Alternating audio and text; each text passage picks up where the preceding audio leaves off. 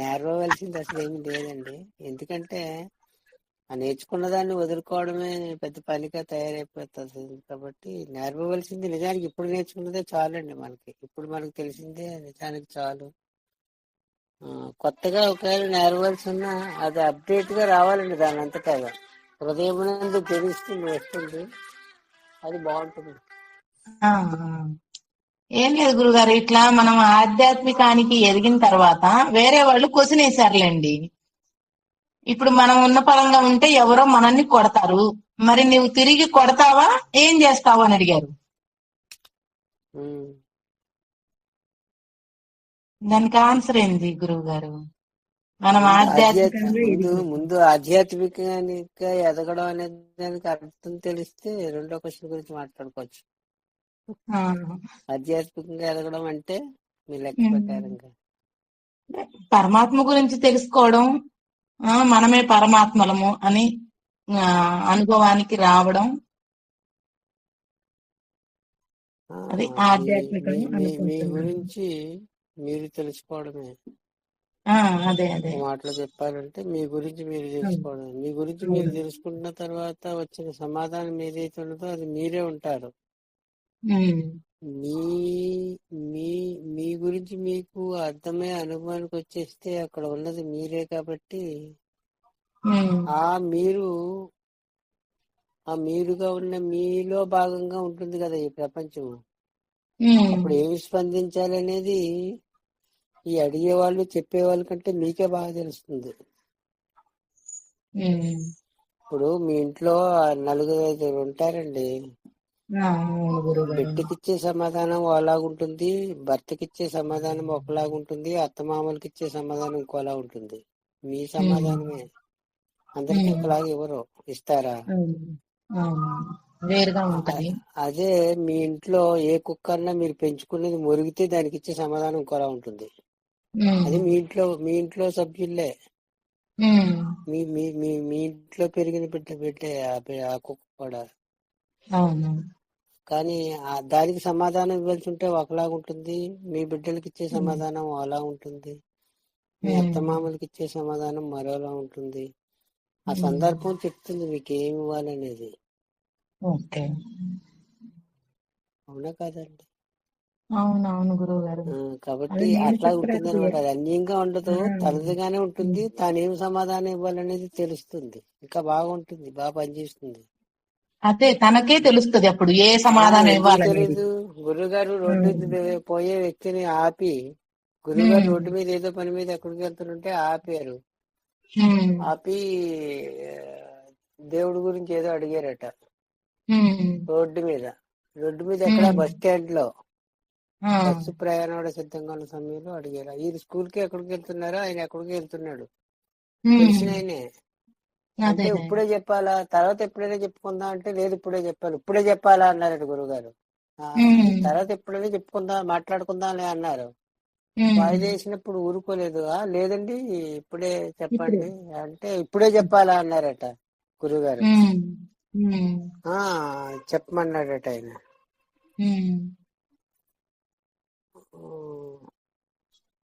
అది రోడ్డు మీద ఇప్పుడు భగవంతుడి గురించి చెప్పారనమాట అండి ఆయనకి. సరే ఈ లోపల బస్సు వచ్చేసిందండి. ఆయన ఎక్కవలసిన బస్సు వచ్చిందండి. తిరుపతి ఎక్కడ బస్సు అనమాట. ఎక్కాలి. ఎక్కితే ఆయన ఎక్కేతంటే టక్కన పట్టుకున్నారంటే గురువు గారు. ఎక్కడికి వెళ్తామన్నారట. బస్సు వచ్చేసింది వెళ్ళిపోతున్నట్టు. అలా కుదరదు, నువ్వు ఇప్పుడు చెప్పాలన్నావు కదా, ఇది ఇన్నేసి వెళ్ళన్నారట. అది కదా అసలు కోర్టు వాయిదాకి ఇప్పుడు వెళ్ళకపోతే తేడా వచ్చేస్తుందంటే మరి అంటున్నాడు. మరి ఎందుకు అడగాలి? అవన్నీ చూసుకుని, ఖాళీ చూసుకుని, సమయం చూసుకుని వారి దగ్గరికి వెళ్ళి కూర్చుని అడగవలసిన ప్రశ్న పట్టుకుని రోడ్డు మీద అడిగేయడం, పైపించి ఇప్పుడే చెప్పమంటాం. ఈ లోపల బస్సు వస్తే ఎక్కేసిపోవడం. ఇప్పుడు ఏం చేయాలి చెప్పండి?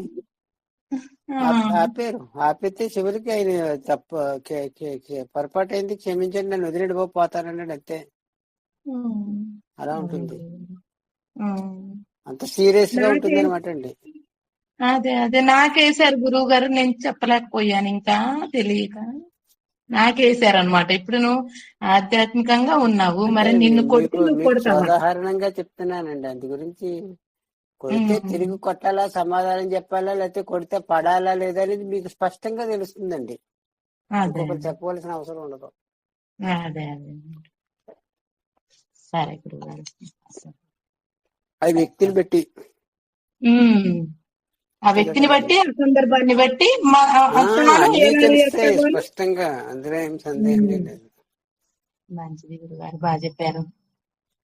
ఇలాంటివి చాలా సందర్భాలు వస్తూ ఉంటాయండి. అంటే రాముడు లాంటి కొడుకు పితృవాక్య పరిపాలన చెయ్యాలి అని అన్నప్పుడు హిరణ్యకశిపుడు ఎదిరిస్తాడు కదా, ఎవరిది వినాలి అంటే అలాంటి తండ్రి ఉన్నప్పుడు ఇలా చేయాలి, ఇలాంటి తండ్రి ఉన్నప్పుడు ఇలా చేయాలి. మరి రెండు ఒకటే కొడుకులే కదా ఇద్దరిది.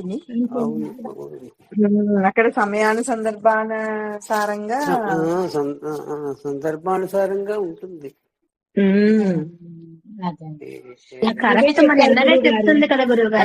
ఎదిరిస్తే కొట్టద్దని ఏం చెప్పలేదు కదా. రామచంద్ర ప్రభు ఊరుకోలేదు కదండి వాళ్ళని.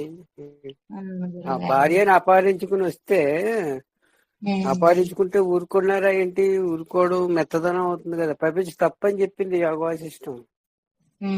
పైకి క్షత్రియుడిలాగే కనిపించారంటే అంతర్గతంగా మోక్షం అనేది ఉంది. జ్ఞానము మోక్షము అనేది లోపల విషయం అండి. జ్ఞానం అనేది పైకి వ్యవహారానికి రాజు వల్లేనే ఉండాలట. అమ్మో సమయానికి పన్ను కట్టకపోతే ఊరుకోడరా బాబా అన్నట్టే ఉండాలటండి.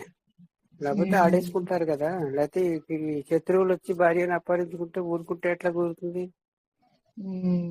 కుదరదు. చీల్చి చెంటాడు. ఏది తానే నిర్ణయించుకుంటది అనమాట. తానే నిర్ణయించుకుంటుంది. ఇప్పుడు గురువు గారు, ఇప్పుడు మీరు ఇలా మాట్లాడుతుంటే మళ్ళీ రత్నరం ఒక ప్రశ్న వచ్చిందండి. అసలు మీది ఎలా ఉంటుంది? మీ దినచర్య అంటే ఇతరమే, మళ్ళీ ఇది మీ డైరీ నాకు ఉపయోగపడుతున్న విషయం నాకు తెలుసు.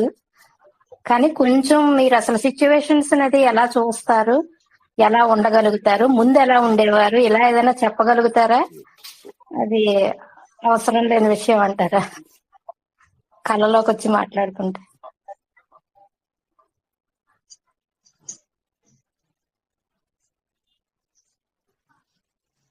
అందుకే ఆల్రెడీ మీరే చెప్పేశారు, ఒకరి డైరీలో ఉన్న విషయం ఇంకొకరికి పనికిరాదని. అంటే కొత్త వాళ్ళకి మాకు కూడా కొంచెం ఇన్స్పిరేషన్ గా ఉంటుంది కదా గురువు గారు. తీసుకుని చెరిపేస్తాం గానీ అలానే కాదండి. ఇప్పుడు ప్రత్యేకించి ఏ రకమైనటువంటి సాధనలో ప్రత్యేకించి చేసింది లేదు. కానీ రమణ భగవాన్ తెలిసిన దగ్గర నుంచి నేనెవరినైనా విచారణ కొనసాగింది. ఎప్పుడు 1990లో తెలియబడ్డారు భగవాన్. అప్పటి నుంచి 30 సంవత్సరాలు సుమారు అవుతుంది. అప్పటి వరకు భగవాన్ తెలియదు. అప్పుడు భగవాన్ తెలిసిన దగ్గర నుంచి ఆ విచారణ కొనసాగుతుంది. చదవడం గాని, లేకపోతే భగవాన్ చెప్పిన నేను ఎవరినని విచారించడం గాని, నేటికి పుట్టుకు చోటు అన్వేషించటము, లేక పుట్టుకు చోటు ఎందుకు దృష్టి పెట్టడము, లేక ఏదైనా మంత్రం అది తీసుకుంటే మంత్రనాదం ఎక్కడి నుంచి పుడుతుందని చూడడము, ఇదంతా జరిగింది. అట్లాగే నిర్విషయానంద గురుదేవులు అని చెప్పేసి మలయాళ స్వామి వారి శిష్య సాంప్రదాయంలో ఉన్నవారు విద్యా ప్రకాశానందగిరి సమకాలీలో ఒకరు ఉన్నారు. వారి దగ్గర మంత్రోపదేశం తీసుకోవడం, వారి మంత్రోపదేశం దాన్ని మంత్రోచ్చరణ చేయడం, అది కొంత సమయం జరిగిన తర్వాత దానికి అదే ఆగిపోయింది. భగవాన్ చెప్పిన విచారణ కొనసాగించడంతో మంత్రానికి అవకాశం లేకుండా పోయిందండి. అది ఆగిపోతుంది. అంటే మంత్రం కంటే మంత్రనాదం ఎక్కడి నుంచి వస్తుంది అనేది ముఖ్యమైపోవడం వల్ల మంత్రం జరగలేదు. రకరకాలం చేసాం, తర్వాత ఆగిపోయింది. మంత్రం జరగలేదు కదా, విచారణ పెరిగింది కానీ చేసిన సమయం నందు బాగానే ఉంటుంది. కానీ అది పూర్ణం కాలేదని వెళుతుండేది. చేస్తున్నప్పుడు బాగానే ఉంటుంది, శాంతంగానే ఉంటుంది. అయితే కాసేపు ఒక గంట 2 గంటలు కాసేపు కూర్చున్నని చెప్పు బాగానే ఉంటుంది. కానీ అన్ని మామూలుగానే ఉన్నాయి. వెళుతూ ఉంది హృదయాంతరాల్లో. ఇంకా తెలియవలసింది తెలియలేదు, లేదా తెలుసుకున్నా ప్రయోజనం లేదని వెళుతారనమాట. రెండు ఏదో తెలుసుకున్నాం కానీ ప్రయోజనం ఏం కనిపించడం లేదు. ఏదో వెళుతే అనమాట. చివరికి ఆ వెలితి పూజించడానికి ధ్యానం చేస్తున్నాం చెప్పు బాగానే ఉంటుంది. భగవాన్ చెప్పిన విచారణ మార్గాన్ని అవలంబించినప్పుడు బాగానే ఉంటుంది. మనసు ఆగుతుంది, తలంపులు ఆగుతున్నాయి, కానీ కంటిన్యూటీగా లేదు. అది కూడా తాత్కాలికం అయిపోయింది. తాత్కాలికం అయిపోతే ప్రయోజనం ఏంది? ఏదో ఒకటి స్టాండర్డ్ గా ఉన్నది తన అనుభవంగా ఉండాలి కదా.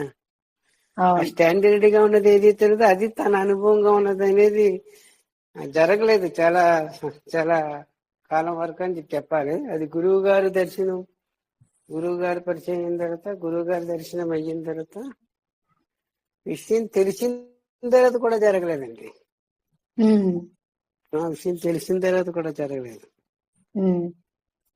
తెలియడం అంటే విషయం తెలిసినా చాలదనే విషయం తెలిసింది. నాకు అర్థమైంది. విషయం అయితే స్పష్టంగానే ఉంది, గురువుగారు చెప్పేసారు, బాగానే ఉంది సబ్జెక్ట్ పరంగా చూసుకుంటే. అయినా తలంపులు ఆగడం లేదు, దాని అంతటా అది వచ్చేస్తుంది. తలంపులు రావడం అంటే ఊరికే మీరు ఏదో ఆలోచిస్తే రావడం వేరు, తండుకుంటూ వచ్చేయడం వేరు కదా. అవునండి. అలా వచ్చేస్తున్నాయి అనమాట. వచ్చేస్తుంటే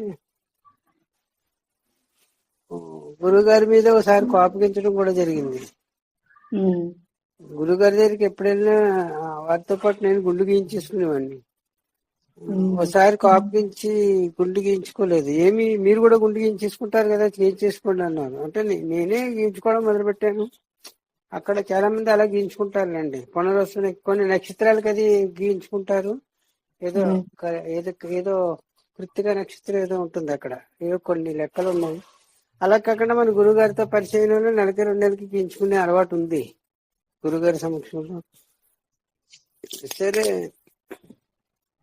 గురుగారు పరిచయం తర్వాత అలవాటు నాకు పెరిగింది. కానివ్వండి, చివరికి ఒకసారి కోపగించి మానేస్తే, అంటే గురుగారి మీదే కోపగించడం ఎందుకని, వీడి జ్ఞాని సాక్షాత్తు ఇంత విషయం ఇంత స్పష్టంగా ఇంత క్లారిటీగా చెబుతున్నప్పటికీ ఇంకా తలంపులు వస్తున్నాయి, అవి ఆగడం లేదు. దాని అంతటది మన ప్రయత్నం చేయడం వల్ల జరిగేది కాదనే విషయం స్పష్టమైంది.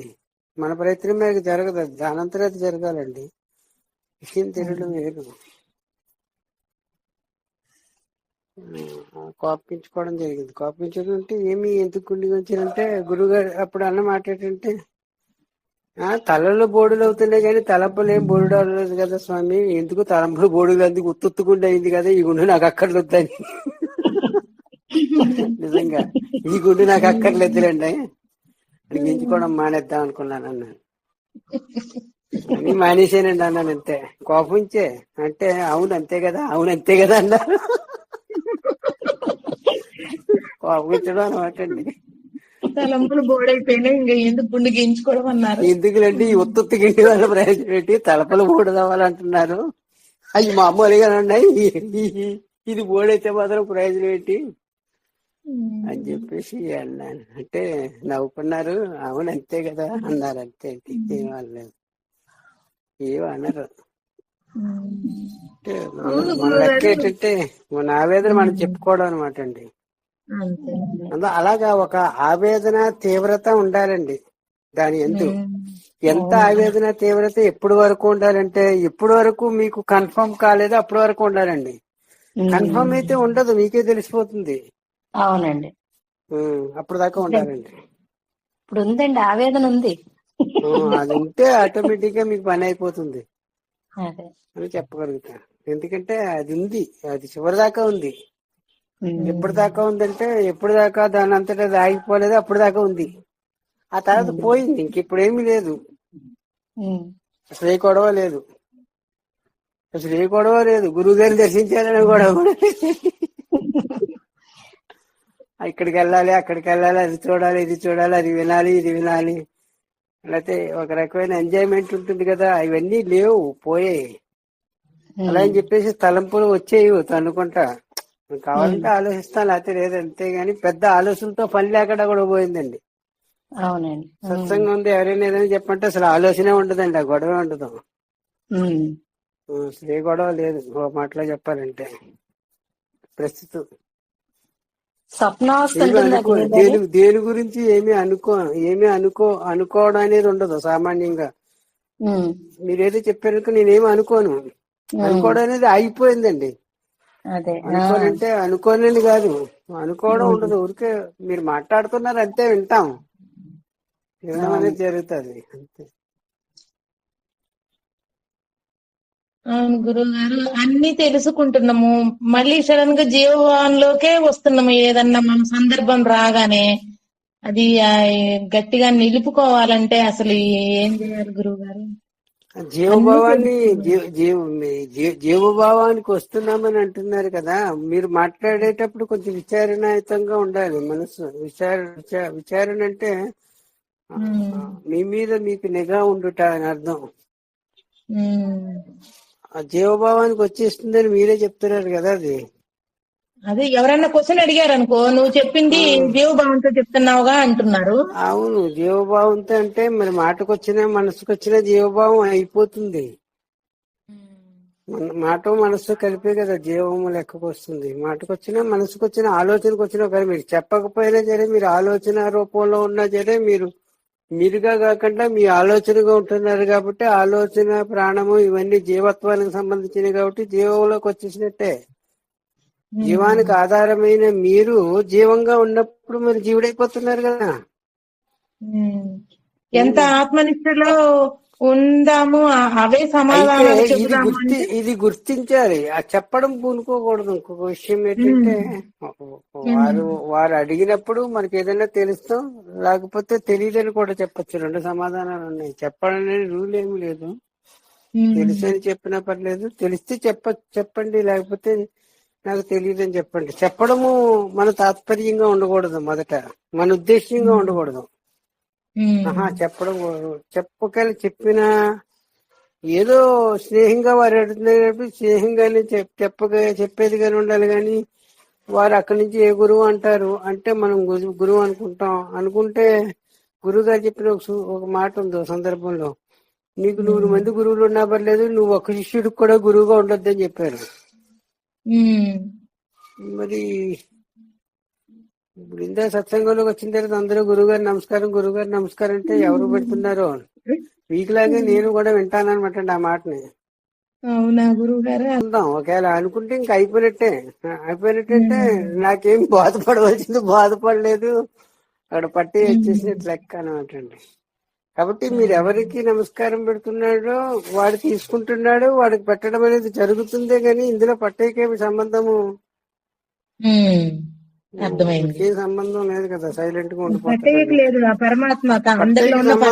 మీరు పెట్టవలసిన వాళ్ళకి పెడుతున్నారు, తీసుకోవాల్సిన వాళ్ళు తీసుకుంటున్నాడు. మధ్యలో నేను ఎందుకు దూరతానని నాకేంటి సంబంధం అని అంతే. బాగా చెప్పారు. పొరపాటు నాకు సంబంధం అనుకుంటే అది నాదవుతుంది కదా, మరి బాధ్యత నేను వహించవలసి వస్తుంది. అవునవును, పట్టాయిగా ఉన్న నేను వహించవలసి వస్తుంది. నేను యూనివర్సల్ కాదు కదా, పట్టాయిగా ఉన్న తాను యూనివర్సల్ కాదు కదా. యూనివర్సల్ అనేది మీ హృదయాంతరాల్లో ఆత్మగా ఉండనే ఉంది. దాని యొక్క ఆజ్ఞ మేరకు మీరు అన్ని వ్యవహరిస్తున్నారు, జరుగుతున్నాయి, దానికే పెట్టుకుంటున్నారు. ఏంటి నాకేంటి మధ్యలో తనకు తానే పెట్టుకోవడం, తనలో ఉన్న తనకి తానే పెట్టుకోవడం లెక్కకు వస్తుంది. అంతే. ఆత్మే గురువు, ఈశ్వరుడే గురువు. నేను గురువు కాదు, ఈశ్వరుడు బ్రహ్మము అని మనం దేన్నైతే అంటున్నామో దానికి మరొక పేరు గురువు అనేది వ్యక్తికి సంబంధించింది కాదు. అంతరిక్షమే సద్గురువు. అంతరిక్షంలో ఉన్న ఏ ఒక్కరినో చూపించి ఇది గురువు అంటే అసలు గురువు ఏమైపోతాడని వాడు కదా గురువు అనే దానికి అర్థము. మన దాంట్లో అంతరిక్షమే సద్గురువు అని ఒక టైటిల్ ఉంటుంది, ఒక పేరు పెట్టుకున్నాం. అంతరిక్షమే సద్గురువు. అంతరిక్షంలో ఉన్నది అంతరిక్షం గురించి మాట్లాడుతుంది కాబట్టి గురువు అని అనుకోవచ్చు, తప్పులేదు. కానీ అది మాత్రమే గురువు కాదు, ఇది ద్వారా మాత్రమే. అంతరిక్షంలో ఉన్న ప్రతిదీ కూడా అంతరిక్షాన్ని అది ద్వారా లెక్కకు వస్తుంది, కానీ అసలు లెక్కకు రాదు. అసలు ఎవరు చూసేది లేదు, చూడబడదు, రూపం లేదు. కానీ అసలే అన్నిటినీ చూస్తుంది, వింటుంది. కానీ అసలు నుంచి పుట్టినటువంటి దృష్టిలో భాగమైన తాను మనసు ద్వారా గాని, ఇంద్రియ జ్ఞానం ద్వారా గాని, బుద్ధి యొక్క జ్ఞానం ద్వారా గాని దాన్ని తెలుసుకోవడం సంభవించదు, వీలు పడదు. అలాగా ఒకవేళ పడినా అది మానసికమే అవుతుంది, సత్యం కాదు, సత్య దర్శనము కాదు. అదే మానసిక దర్శనమే. ఊరికి అనుభూతి చెందడమే అంతే. అంతేనా గురువు గారు? అనుభూతి చెందడం అనేది అనుభూతి చెందడం అంటే మాటకొచ్చి చెప్పుకోవాల్సిన అవసరం లేని అనుభవంగా ఉంటుందని చెప్పాలి. మీరు భోజనం చేశారండి తృప్తిగాని, మీరు ఎవరితోటి చెప్పుకోరు, అడిగితే చెప్తారు భోజనం చేశారని. చేశానండి అంటారు. భోజనం చేసిన తృప్తి, హాయి మీ దగ్గర ఉంటుంది ఒకటి. అది స్వయం అన్నమాట. చెప్పుకోవాల్సిన అవసరం ఉండదు, లేచిపోతారు భోజనం కంచం నుంచి. తృప్తిగా ఉందండి భోజనం చేసిందని చెప్పుకోవాల్సిన అవసరం మీకు ఉండదు. ఆ తృప్తి ఉంటుంది మీకు. అది స్వయం కదా, మీ అనుభవం అన్నమాట. అది అనుభూతి వేరు. అనుభవింపబడేది ఉన్నప్పుడు వచ్చిన అనుభూతులు లాంటి అనుభూతి కాదు అది. అది కేవల అనుభవం అని చెప్పాలి కానీ అది విషయంలోకి వచ్చి చెప్పబడే అనుభూతి లెక్కకు రాదు. ఏదో ఒక దాన్ని చూసి అనుభవించే అనుభూతిలాగా ఉండదు అది. అందుగురించి అనుభూతి అనే పదం కూడా సరికాదు. కానీ అనుభవం అనే పదం వాడతారు, అది కేవల అనుభవం కాబట్టి ఆ ఒక్కటే దానికే అనుభవం అని పేరు. ఇవి ఉన్నాటికన్నా అనుభవాలు కాదు. అనుభవం ఉన్నట్లు ఉంటుంది కానీ నిజానికి అనుభవాలు కాదు ఇవి. తత్కాలిక సత్యాలకి ఆయా సందర్భాల్లో కొన్ని పేర్లు పెట్టుకుని ఇలా అనుభవించానని చెప్తున్నాం. తత్కాలికాలు. ఏ అనుభవం లేని అనుభవం అని చెప్పాలి దానికి, మాటల్లో చెప్పాలంటే. ఆ అనుభూతి అదే ఇంకా అసలు చెప్పడానికి లేదు, ఇంకంతే మౌనమే. చెప్పడానికి లేదు, చెప్పడానికి లేదు. కాబట్టి ఏ అనుభవం లేని అనుభవం అని చెప్పాలి. అంతే. ఎవరు లేకపోవడమే దేవుడు ఉండడము, ఏ అనుభవం లేని అనుభవమే దైవ అనుభవం అనేది దానికి అర్థము. ఓకే.